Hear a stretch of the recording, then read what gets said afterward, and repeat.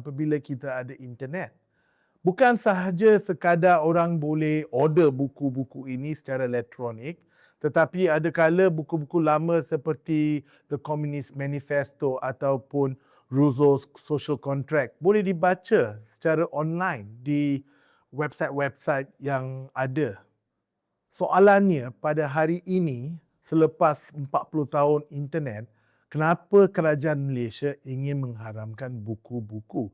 Khususnya buku-buku ini bukanlah buku yang paling dibincangkan ataupun ada apa-apa kontroversi terbaru yang berlaku. Itu yang membuat kami memikirkan, adakah agenda tertentu, adakah ini juga meningkatkan atau menambah sambal kepada idea yang ada deep state dalam kerajaan Malaysia? Sebab cuba menimbulkan masalah, menimbulkan isu apabila tidak ada apa-apa kontroversi yang berkait dengan perkara tersebut.